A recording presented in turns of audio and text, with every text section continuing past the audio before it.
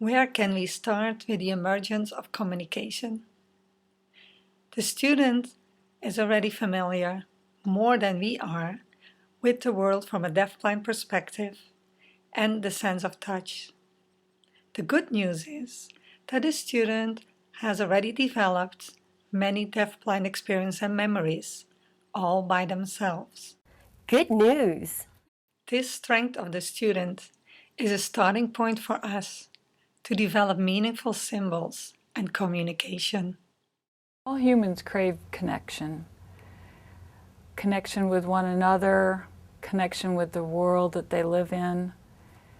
And communication, the exchange of ideas and feelings and thoughts, is a way of creating connection.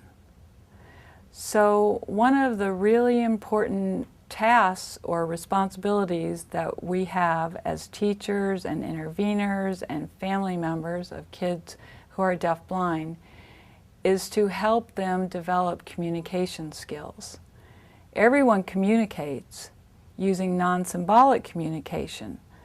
So we cry, we make faces, we might use our body, and that's a beginning, that's an emerging kind of communication. The emergence of the first gestures, meaningful sounds, and objects of reference are based upon reciprocal interactions between the student and the intervener.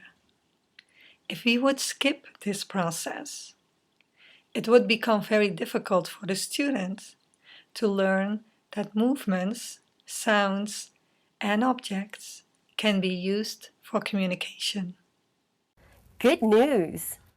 Students themselves already use behavior to express their intentions, memories, and emotions. We can connect to the students' expressions to develop the idea of communication. We have to be careful not to interpret the behavior of the student mainly as rejecting or requesting. Sometimes it may be. We would not want to teach our students that communication is mainly about fulfilling the so-called wants and needs. It is our task to interpret the students' behaviors, first of all, as expressions of thoughts, memories, emotions, to affirm these, and to try to understand with the student what they mean. The student will learn that communication is about sharing, and that even at an early stage, the student and the intervener can emerge in full and rich conversations. Most students need to understand and use concrete forms of communication first, before they learn to use more abstract forms such as sign or speech. Although the intervener may introduce some of these forms in addition to the concrete communication forms. We see many students with deaf-blindness who do not communicate expressively. They do not know how to use gestures, meaningful sounds, or objects of reference to communicate spontaneously. We should not focus only at the highest level of communication.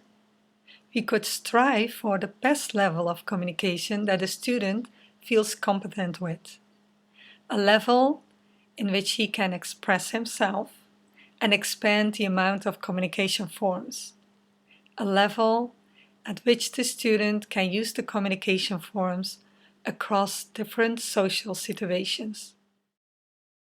Good news!